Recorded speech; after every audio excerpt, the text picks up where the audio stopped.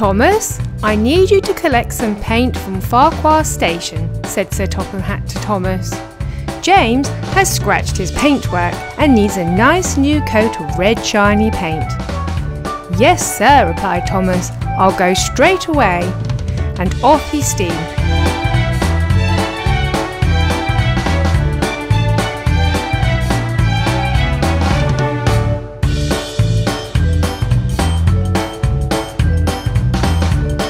But before he could reach the station, Marley the sheep was standing on the track. Thomas whistled for him to move, but he just stood there. "I know," thought Thomas, "I'll get to the station the other way." So Thomas reversed and went down the other track. But Marley was in a particularly mischievous mood, and as soon as Thomas moved, so did he. "Oh no, not again," thought Thomas. "He's doing this on purpose, so that I can't get to the station. I'll go back the other way." And so he reversed again.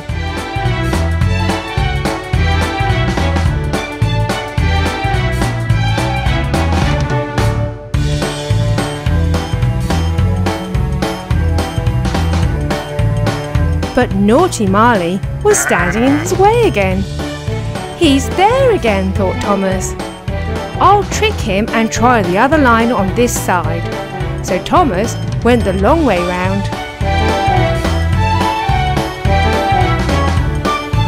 But Marley was too clever for him.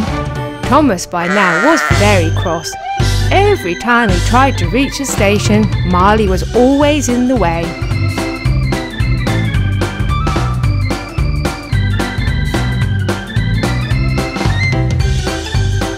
"I'm never going to be able to get the paint for James," he thought.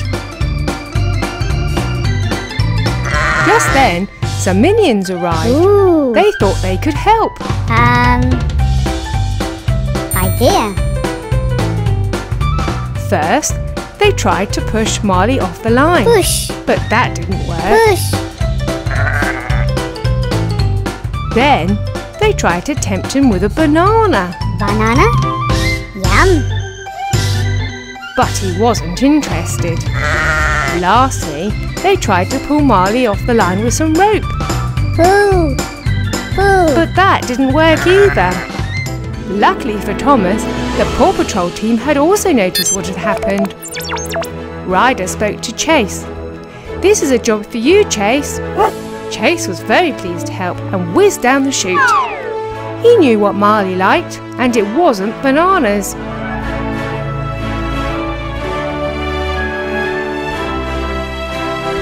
He managed to pop a bale of hay into his police truck and off he went.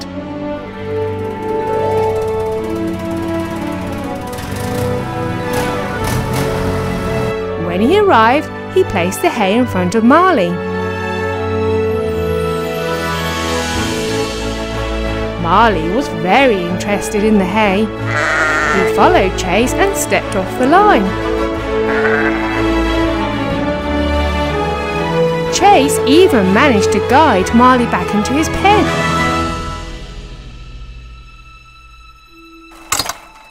And close the gate.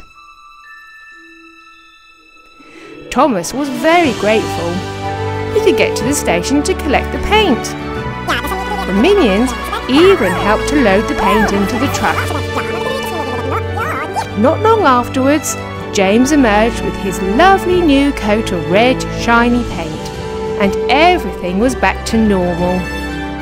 Thanks for watching our story. Here's another one you may have missed. "Who wants to go for a picnic?" shouted Daddy Pig. "Me," said Peppa. "And me," said George. "I thought you might say yes," said Daddy Pig. "The camper van is packed and ready to go." "I'll just lock up," said Mummy Pig, and she went in the house while Daddy got Peppa and George in the van. All ready, off they went. "Are we there yet?" said George.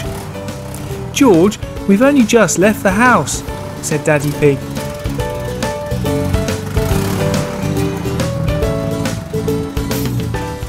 Actually, it didn't take them long to get to their favourite picnic spot. Peppa and George rushed down to the lake to see if they could see any jumping fish. "I saw one," said Peppa, and they rushed back to tell Mummy and Daddy had started getting the picnic table out. "Food will be ready soon," said Daddy, "so don't go too far." They ran off towards the lake again.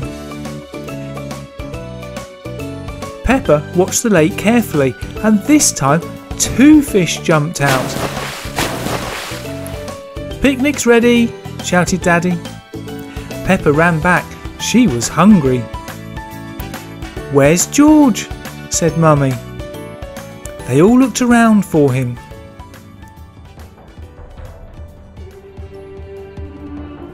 "There he is," said Peppa. George was at the top of a tree. "George, come down," shouted Daddy. "I can't," said George. "I'm stuck."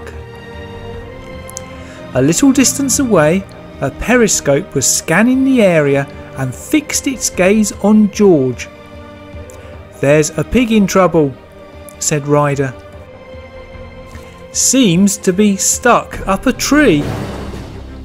This was the Paw Patrol lookout, always on standby to carry out a rescue. "Marshall, this one's for you and your ladder." Marshall slid down the chute and got into his fire truck. He sped towards the picnic spot.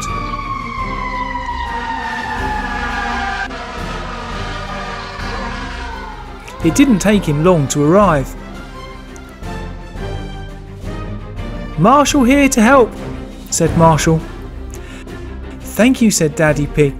"George is stuck." "Don't worry, I'll soon have him down," said Marshall. He got his truck in position and started raising the ladder. George was now able to reach the ladder and, relieved, managed to climb down.